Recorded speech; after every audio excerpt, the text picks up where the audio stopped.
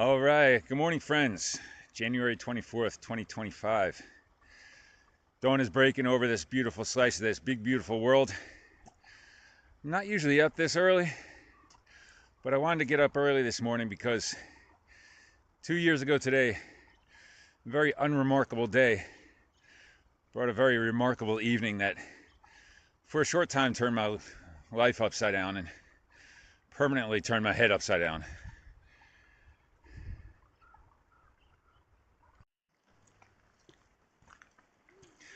All right, so it's about 2 o'clock in the afternoon now. I'm up here in the mountains of northern Nagano. I'm taking more people out to the monkey park, as I often do during the winter. But on this day 2 years ago, I spent the morning teaching English, and then in the afternoon I went to see the doctor because for about a couple weeks, whenever I would run or cycle, I get this weird feeling in my chest. It was like an ache, kind of like when you sprain your ankle, but no crazy heartbeat, no shortness of breath, no fatigue, nothing else. Just a little bit of pain that went away as soon as I would stop running or cycling. So I went to the doctor's and he ran a couple of tests. EKG showed nothing. He took an x-ray of my chest and I asked him, what is this supposed to show? And he didn't really know. I think just like fluid in my lungs or something. But he said, all right, well, I don't see anything, but come on back in 2 weeks and I'll hook you up with a monitor for 24 or 48 hours and we'll monitor your heart and we'll see if there's anything going on. I said, okay. And I went home. After a while, I had to go out and pick up my daughter at school. Now, I go get my daughter in her wheelchair because she can't walk very far. And snow was starting to accumulate on the street. So I'm pushing her wheelchair up the streets through the snow. And the beginning of this video, early morning, that's where I was, out in the middle of these rice fields where there's not a lot of traffic, no lights at night. And once I had picked her up and gotten her, it was dark. So there, me and my daughter, I'm pushing her home in a wheelchair in the dark, in this blizzard that's starting up, several centimeters of snow on the ground now. But we were having a good time. We were laughing it up, enjoying the snow and the peaceful environment. Only later, that would, in retrospect, turn out to be the scariest part of the day. So I got home, me and my daughter warmed up, and a couple hours later after dinner, I headed out into the snow again. I had to come back up here to Nagano. I had a tour the next day, so I had to stay overnight in a hotel.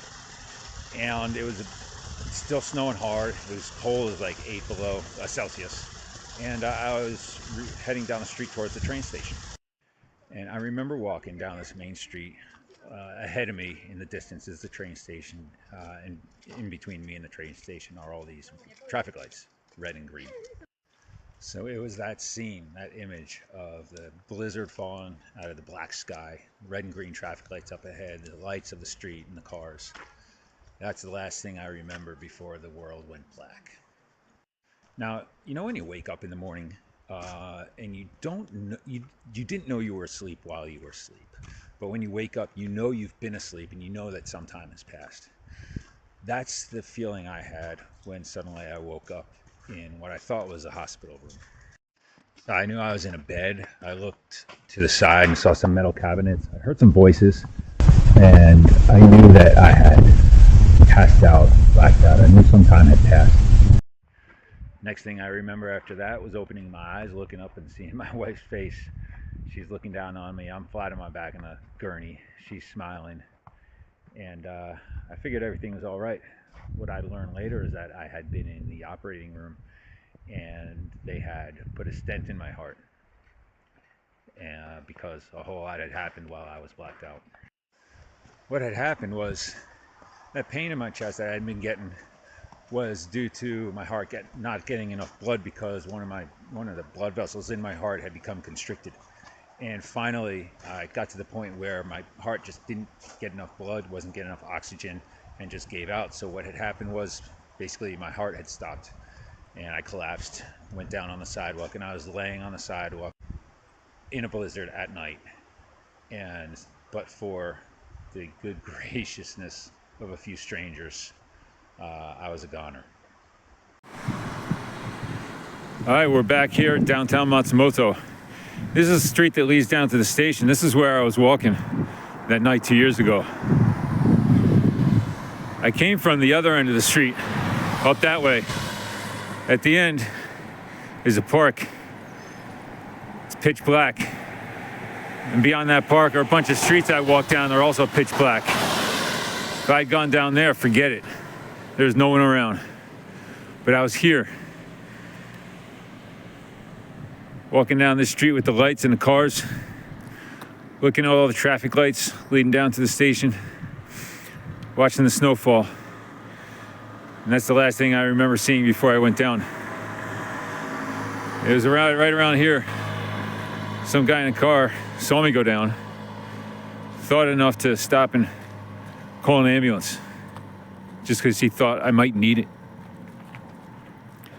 Someone else along here, I still don't even know who it was, stopped, knew CPR, administered CPR to me, and disappeared. I don't think I'll ever know who it was. And across the street, this is the branch office to the NHK building. It's the National Television Broadcasting Company. It's closed now. What if it was closed 2 years ago? This is where this 30-something-year-old kid, I'd say, young man, was sitting at a security desk working an evening shift. Saw something happen, grabbed the AED, ran out in a blizzard, helped a stranger and saved his life. And I can never come down here again. I mean, I'm down the street all the time.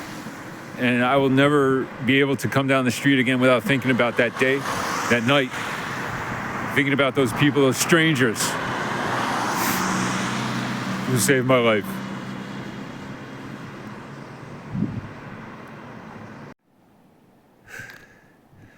It's powerful. It's powerful putting thoughts into words and putting ideas into actions. And I've been down that road 100 times, 200 times, I don't know, in the last 2 years.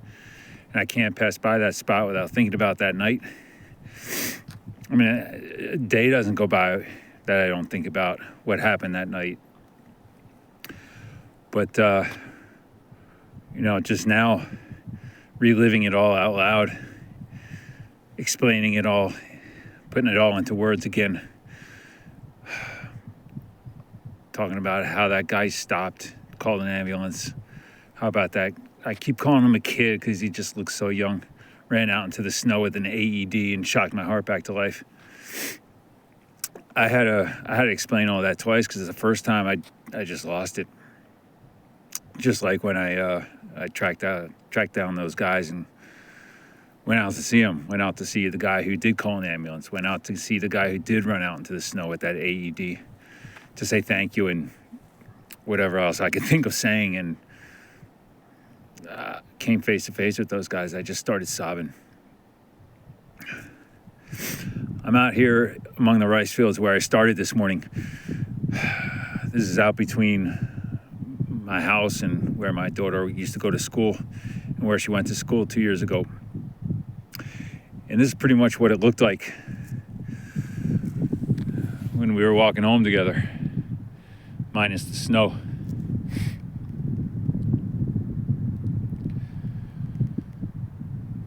This is it. Just a lot of darkness. I got my bike light with me because it's the only light that I can get out here. You know, a few weeks, not really, a few days after it all happened, I explained to my family, everything that went down, including myself that night. And one of my sisters remarked that it's amazing that everything had to happen just right for me to still be here. And it's so true. I went down in a place where people saw me and people could help me. If I'd gone down 5 minutes earlier, I would have been on one of those dark roads or been in that dark park, and there would have been no one around. That would have been it. But I would have taken that over going down out here I mean, even if my daughter had managed to dig my phone out and call for help, there's no way anyone would have gotten out here in time, and my daughter would have had to live the rest of her life with the memory of her father dying at her feet.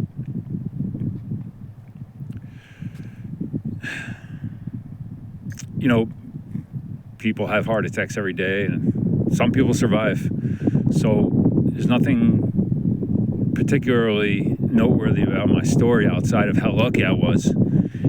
And, you know, that story really is all about those strangers who were nothing less than heroes for me that night. That's what it's all about.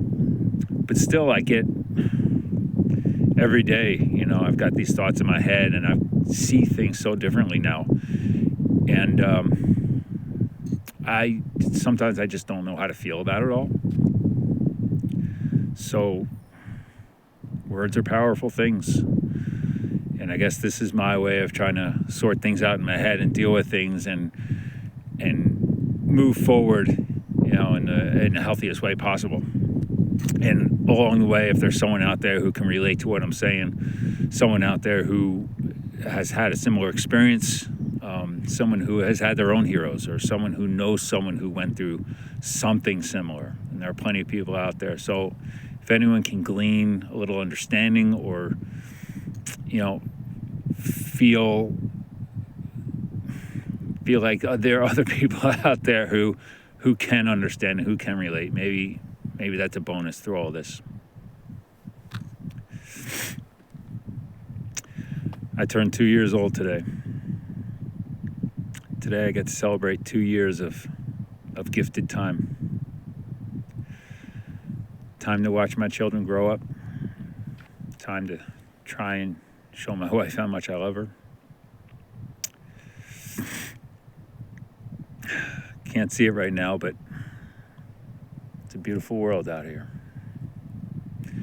And every day I wake up and I'm amazed again at the fact that I'm still here. So, what else can I say? When you wake up tomorrow, be amazed. Really feels good talking to you guys. See you again soon. Good night.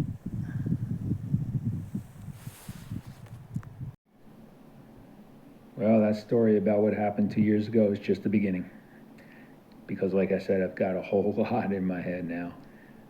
Different perspectives on things, some clarity, and certainly plenty of confusion. So I guess this is my selfish way of dealing with it, but also I really want to make this count for something. So if there is somebody out there who can relate and can maybe even benefit from all of this, that would be fantastic.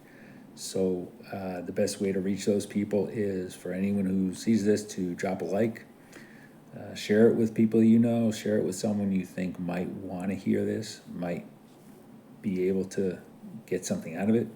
Subscribe to the channel. That helps me reach more people. You know, this is one of those things that I see now. You know, 1 minute I'm talking about almost dying, and the next minute I'm peddling this. Please like and subscribe. Little spiel. What a world. We'll see you again soon.